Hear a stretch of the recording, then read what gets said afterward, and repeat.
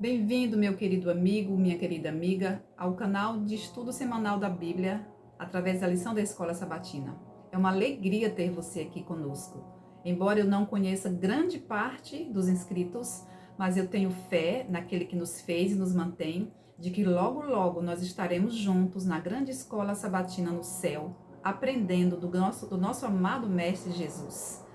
Te convido a compartilhar este conteúdo, porque são assuntos mais profundos que, às vezes, uma leitura superficial não traz o entendimento que a gente precisa ter para esse momento em que nós vivemos.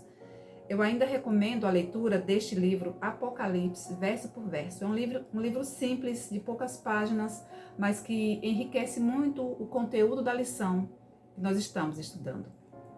A lição de número 5, As Nações, parte 2. Vamos orar? Bendito Deus, louvamos o teu nome, pela tua bondade, pelos teus cuidados, pelo derramamento do Espírito em nossas vidas. Ser o nosso mestre, Senhor, nosso professor nesse momento, te oramos em nome de Jesus. Amém. A lição de número 5, As Nações, parte 2. O verso para memorizar está em Salmo 46, 10. Aquietem-se e saibam que eu sou Deus, sou exaltado entre as nações. Sou exaltado na terra. O nosso mundo está em constante agitação. E Deus nos pede que, diante desses acontecimentos que nos têm tornado inquietos, que nós nos aquietemos nele. O Senhor pede: aquietem-se e saibam que eu sou Deus. Apesar de todos os tumultos entre as nações, eu sou Deus. Apesar de todas as tribulações existentes neste mundo, Deus está no comando. Amém? E nesta semana nós continuaremos examinando os problemas causados pela queda da humanidade e o desejo de estabelecer um governo humano em oposição ao governo divino. A lição de domingo, ela vem falando para nós sobre o primeiro mandamento. O primeiro mandamento. E Deus aqui em Gênesis traz, no capítulo 2, do versos 9 a 17, uma ordem, uma proibição. Eles não deveriam comer do fruto da árvore do conhecimento do bem e do mal. Esse mandamento revela que Deus queria poupar os seus filhos de alguma coisa. Muito mais ainda, do sofrimento e da morte. E porque Deus não queria que eles tivessem esse conhecimento? E eu trouxe aqui para nós, numa didática simples, sobre este assunto, o que é conhecimento. Conhecimento é o ato de conhecer, é ter ideia ou a noção de algo através de informações que lhes são apresentadas. Há vários tipos de conhecimentos. Conhecimentos filosóficos, teológicos, científicos. E existem vários métodos de ensino que podem ser utilizados para facilitar o aprendizado. O método de educação que Deus instituiu ali no começo do mundo deveria ser o modelo para o ser humano em todos os tempos. O que eles estudariam? Qual seria o objeto de estudo do conhecimento de Deus? O objeto de conhecimento seria que os alunos ali no Jardim do Éden aprendessem sobre a glória de Deus nos céus, que eles aprendessem os incontáveis mundos em suas órbitas indicadas, que eles também aprendessem ali sobre o equilíbrio das nuvens, que Adão e Eva também aprendessem sobre os mistérios da luz e do som, os mistérios do dia e da noite. Ali no Éden, Deus estabeleceu uma escola modelo. Toda escola tem uma sala de aula, toda escola tem material didático, toda escola tem professor e também tem aluno. E ali não era diferente. A sala era o jardim do Éden. O material didático era a natureza. O professor, o próprio Deus. E os alunos eram Adão e Eva. O conhecimento era perfeito. Eles não poderiam desejar um outro tipo de conhecimento. Por quê? O conhecimento vinha do próprio Criador, que era e é um ser perfeito. A aprendizagem, ela era interativa. Os alunos interagiam com a criação animada e também com a criação inanimada. ou com todos os seres vivos, conhecendo de cada um o segredo de sua forma de viver. Então eles tinham conhecimento infinito. Eles tinham o que aprender infinitamente, porque a criação de Deus vasta, cada um deles apresentava um detalhe que prenderia a atenção deles por toda a eternidade. Deus, o professor por excelência, deu à humanidade o primeiro mandamento. Eles não deveriam comer da árvore do conhecimento do bem e do mal.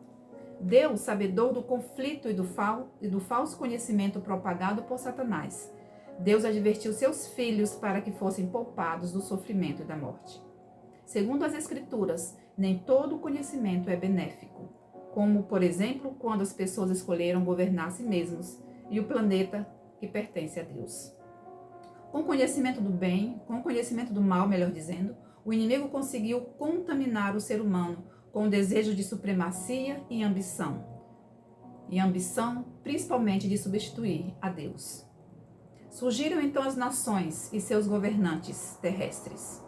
À medida que os anos transcorreram, Israel também pediu um rei humano e se assemelhou tanto ao mundo que também quis ser igual na sua forma de governar. As consequências foram inevitáveis, a ponto de serem, como nação, levadas cativos para a Babilônia, por desobediência aos mandamentos de Deus. Ao estudar o livro de Daniel, tenhamos em mente que o surgimento dos impérios foram uma tentativa de se aliarem como um contra Deus e sua forma de governo. Quando Deus disse que não comessem do conhecimento da árvore do conhecimento do bem e do mal, Deus tinha razão. Somos hoje o resultado desta desobediência e vivemos num mundo agitado e Deus pedindo: aquietem-se e saibam que eu sou Deus. A lição de segunda-feira está baseada no capítulo 2 de Daniel. Em Daniel 2, Nabucodonosor teve um sonho. E este sonho era um sonho profético. O sonho de uma estátua feita de metais. E esta estátua representava a sucessão de impérios mundiais. No fim, estes impérios seriam destruídos. Todos eles passariam e, por fim, o reino de Deus será estabelecido. Um reino que nunca será destruído e permanecerá para sempre. Você lê essa história com a sua significância no capítulo 2 de Daniel e com sua interpretação também. No capítulo 2, do verso 31 a 35, apresenta uma visão panorâmica da história do mundo até o fim. Que verdade nós aprendemos com essa profecia extraordinária? Essa profecia revela que as formas de governo humano não nos trouxeram progresso para a humanidade, apesar dos avanços tecnológicos e científicos. A gente reconhece que teve e temos avanços na área da saúde, em todas as áreas. Tivemos avanços, sim, mas eles nem todos são avanços que trouxeram progresso no sentido para o ser humano na sua totalidade. Isso porque são pecadores, como diz a lição, governando pecadores. 2 Timóteo 3,13 diz que os homens irão de mal a pior. Embora tantos avanços nós temos visto na sociedade. Nós vimos que entre estes avanços houve a Primeira Guerra Mundial, que destruiu sonhos e no fim do século XX, mais de 200 milhões de pessoas morreram em guerras. Avanços em tecnologias, como diz a lição, mas não no sentido moral. Martin Luther King disse: temos mísseis teleguiados, mas pessoas desnorteadas. Isso é assustador. É verdade isso. O mundo avançou tanto que nós nunca vimos tantas pessoas mentalmente doentes, moralmente fracas, espiritualmente mortas. Será que era esta a forma de governo que Deus estabeleceu e queria para o seu povo aqui no mundo? De maneira nenhuma. O reino de Deus é a única esperança para a humanidade.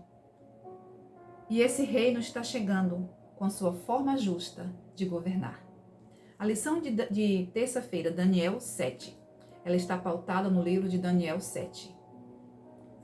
Vamos ler os versos do 1 ao 3. Daniel 7, de 1 a 3, diz assim: No primeiro ano de Belsazar, rei da Babilônia, teve Daniel um sonho e visões ante seus olhos. Quando estava no seu leito, escreveu logo o sonho e relatou a suma de todas as coisas. Falou Daniel e disse: Eu estava olhando durante a minha visão da noite, e eis que os 4 ventos do céu agitavam um mar grande. 4 animais grandes, diferentes uns dos outros, subiam do mar.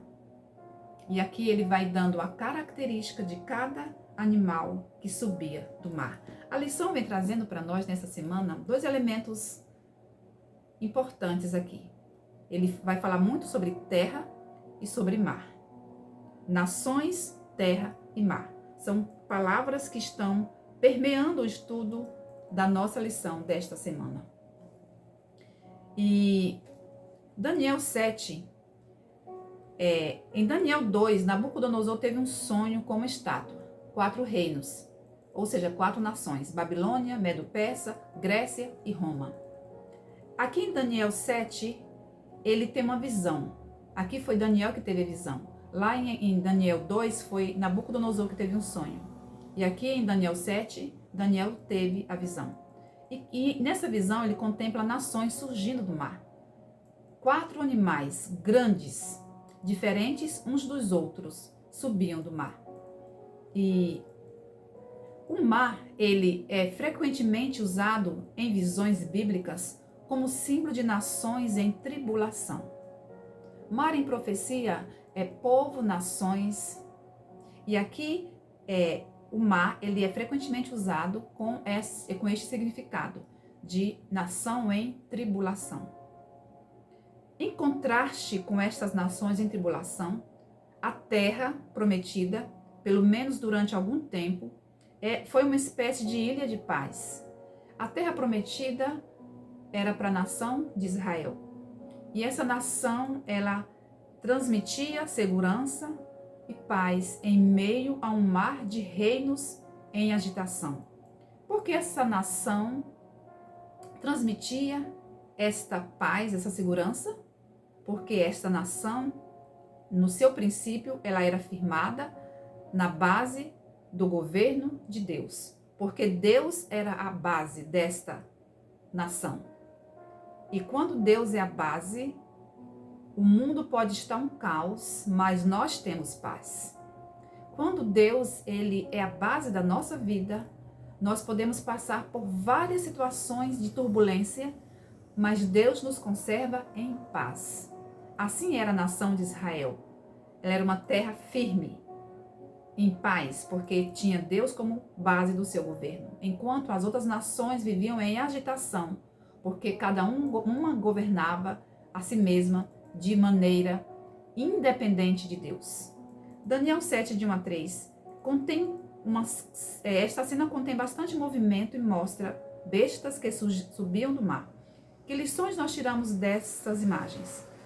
Nós tiramos a lição de que os poderes terrestres surgem em meio a conflitos e caos, lutam por território e poder e domínio de outros seres humanos. Assim são as nações. Elas brigam e hoje a gente vê que o contexto não é diferente. A briga, a luta, as guerras é por territórios, é por supremacia, é para demonstrar quem tem domínio sobre o outro. Nada mudou na história das nações que até hoje se guerreiam. E Daniel observou os ventos agitando o mar, quando de repente os animais começaram a subir para a terra, ou seja, para um território. Os problemas dos gentios aqui se tornaram problemas do povo de Israel, porque o povo de Israel escolheu viver como gentio, independente de Deus. E agora eles viveriam como e com os gentios. Daniel estava agora em Babilônia, vivendo com os gentios, vivendo a forma de governo dos gentios, porque esta nação quis um rei, quis ser independente de Deus. E ela teve tanto a sua independência, que acabou sendo, no lugar de iluminar o mundo com o conhecimento da glória de Deus, ela foi engolida pelas nações ao seu redor, a ponto de ser levada cativa. Muitos de nós hoje, na vida espiritual, onde Deus nos chamou das trevas para a sua luz, para que nós representemos o caráter de Deus, para que nós sejamos luz para as pessoas à nossa volta, apontando o caminho do reino de Deus para essas pessoas. Muitos de nós estamos nos deixando levar pela semelhança do mundo, pela atração do mundo, e estamos vivendo, assim como Israel, de terra firme, passando a ser agitados, porque estamos vivendo de modo igual às coisas do mundo, ao mundo em si. Não há distinção. Entre muitos cristãos hoje não há distinção se ele serve ou não serve a Deus. Tenhamos cuidado. A nação de Israel esqueceu o propósito para o qual ela foi estabelecida. Ela foi estabelecida para atrair as outras nações para Deus. Eu e você também estamos aqui para atrairmos pecadores para o Salvador. E às vezes nós estamos tão envolvidos com o pecado que nos perdemos também. E perdemos a nossa identidade e o nosso propósito. A lição aqui termina dizendo que todo o mundo se tornou culpável perante Deus. Mas há remédio, há solução. Jesus é o remédio. Se os reinos estão tão em turbulência, tão conturbados, logo, logo, aquela pedra que Daniel viu esmiuçando a estátua, essa pedra representando o governo de Deus, esse governo chegará para trazer ordem onde só existe caos. A lição de quarta-feira vem com o título Entre a Terra e o Mar. As imagens de terra e mar na Bíblia, especialmente nas profecias, são muito instrutivas. Tendo em mente a ideia apresentada acima, leiamos Apocalipse 12, 15, 16 e 13, 1 e 11. Observe a justa posição entre a água e a terra, como esses símbolos são usados e como nos ajudam a compreender a profecia. Vamos ler aqui Apocalipse. A gente lê e não entende às vezes, porque a gente não pode ler e entender como a gente lê, né? São símbolos que têm um significado. Apocalipse 12, 15 e 16 diz assim. 12, 15 e 16. Então a serpente arrojou da sua boca atrás da mulher água como um rio, a fim de fazer com que ela fosse arrebatada pelo rio. A terra, porém, socorreu a mulher, e a terra abriu a boca e engoliu o rio que o dragão tinha arrojado de sua boca. Apocalipse 13, 1. Vi emergir do mar uma besta que tinha 10 chifres e 7 cabeças, e sobre os chifres 10 diademas, e sobre as cabeças nomes de blasfêmia. O verso 11 ainda continua falando. Vi ainda outra besta emergir da terra. Possuía 2 chifres, parecendo cordeiro, mas falava como dragão. Uma besta que emerge da terra e a outra besta que emerge do mar. Terra e mar, mar e terra, nações. E nós vamos agora para as explicações da lição sobre este assunto. Como esses símbolos são usados e como nos ajudam a compreender a profecia?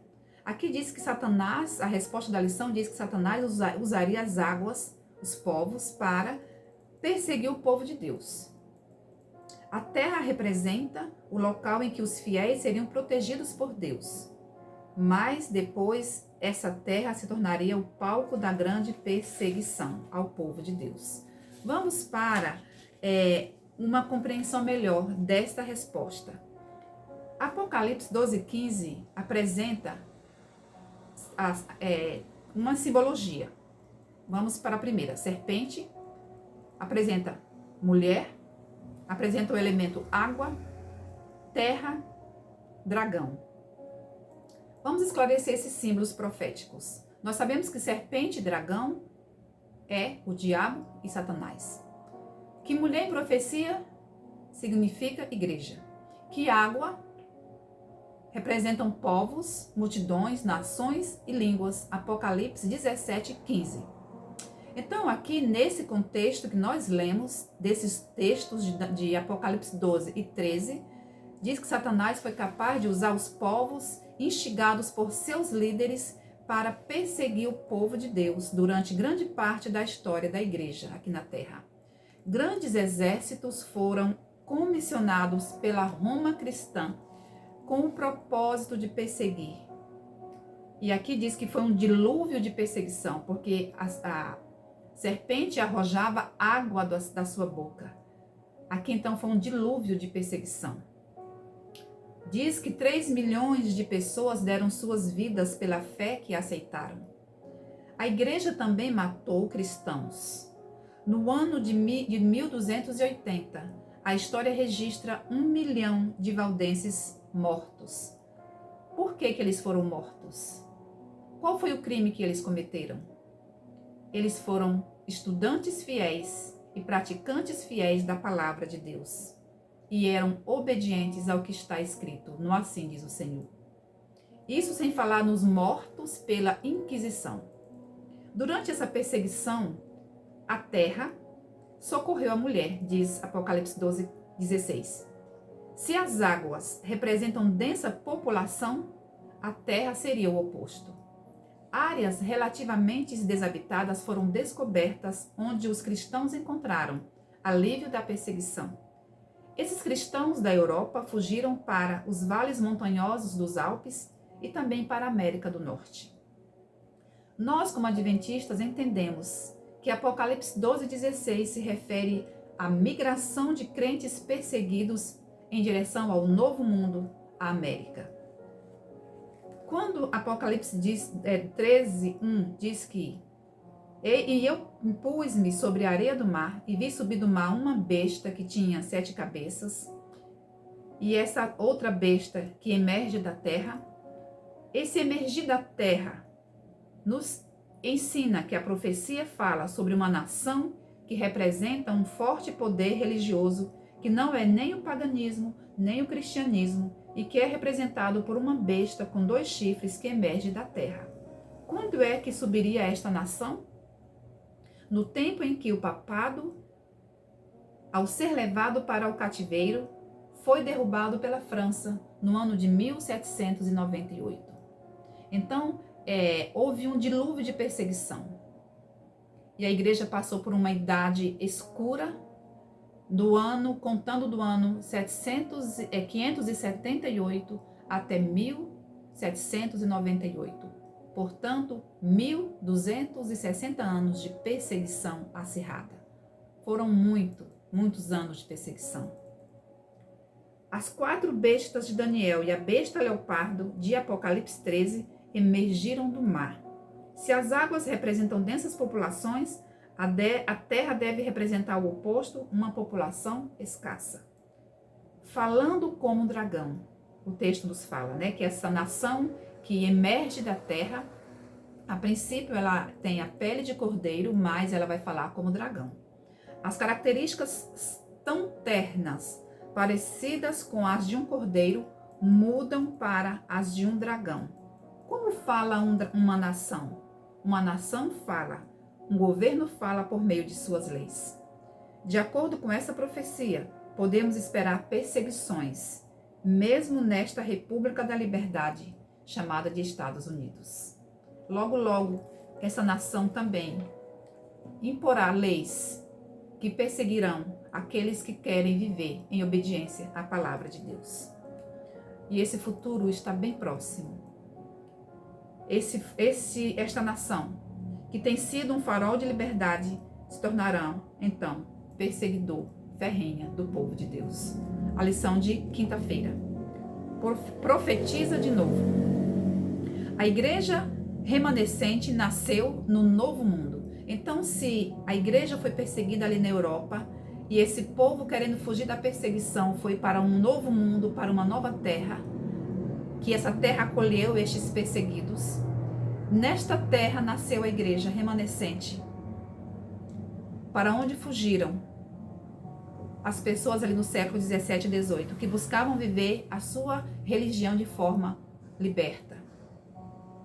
E aqui em Apocalipse 10, de 1 a 11, descreve o nascimento do movimento remanescente. Tem alguns elementos neste capítulo que nós estudamos, como nação, terra e mar, que permeia o estudo da lição da semana. Aqui no capítulo 10, é dito que um anjo forte desce do céu. Esse anjo forte é Jesus Cristo, amém? E que nesta narrativa bíblica diz que esse anjo coloca o seu pé direito sobre o mar e o pé esquerdo sobre a terra. Ou seja, Cristo coloca o seu pé direito sobre o mar e o seu pé esquerdo sobre a terra. Assim, ele mostra com essa didática aqui de colocar o pé sobre uma parte e o pé sobre a outra, Jesus mostra que está desempenhando nas cenas finais do grande conflito entre Cristo e Satanás. Ele mostra a parte que está desempenhando nesse conflito. Nós não estamos sozinhos nesse conflito. Lembremos disso. Essa posição do anjo, do pé sobre o mar e sobre a terra, significa a ampla extensão da proclamação da mensagem, chegando ao mundo inteiro.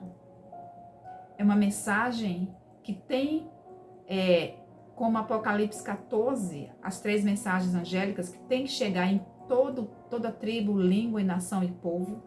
Aqui ela é retratada, chegando aos confins do mundo.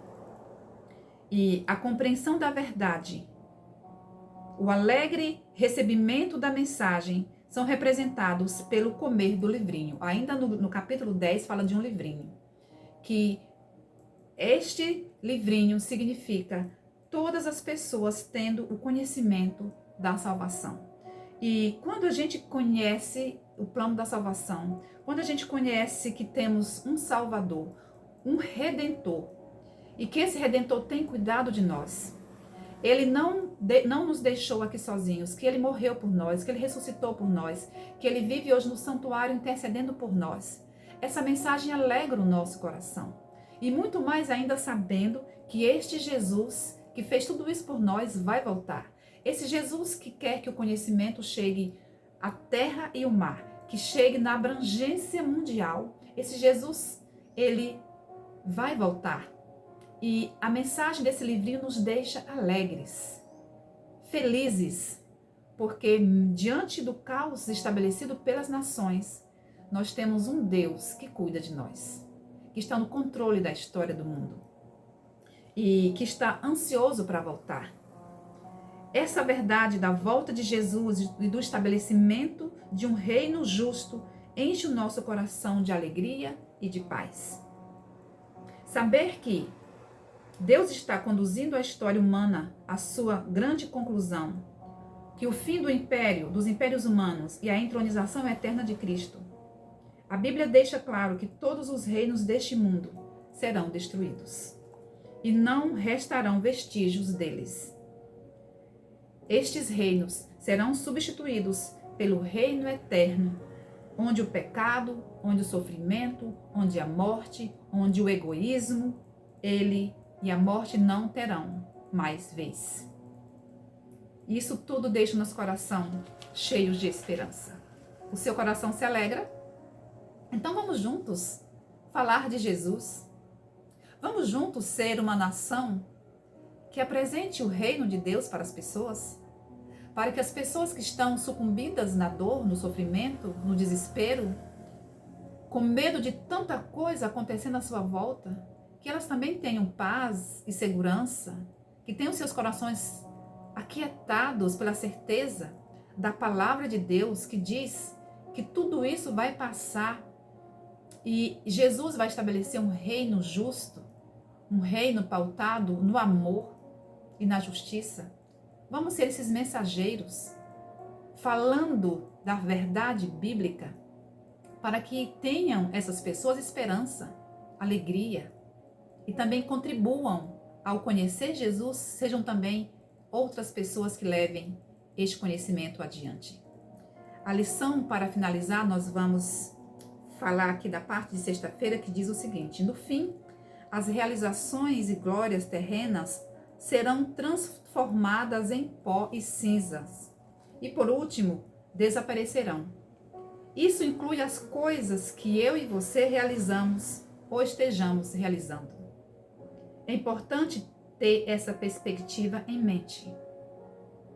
Quais são as nossas prioridades hoje? A eternidade, o futuro do reino de Deus, faz parte da nossa realidade? Levemos em consideração a eternidade. Levemos em consideração a eternidade. Tudo que nós temos construído, estamos construindo, nós não vamos levar nada para o céu. Jesus vem, como eu costumo dizer, ele vem nas nuvens dos céus com os anjos em glória. Ele não trará nenhum trem, nenhum caminhão de mudança para levar nada material daqui. Ele levará a mim e a você, transformados, com um caráter transformado. E esse caráter, para ser transformado, precisa começar aqui. Que nós vivamos como povo escolhido de Deus, como um remanescente, escolhamos viver de forma fiel, em obediência ao mandamento do Senhor, para que nós sejamos herdeiros deste reino, pautado no amor, na justiça e que não terá fim. Que Deus, na sua infinita misericórdia e bondade, nos ajude a vivermos uma vida de santidade, de lealdade, de fidelidade e obediência. Amém? Que o Senhor nos abençoe.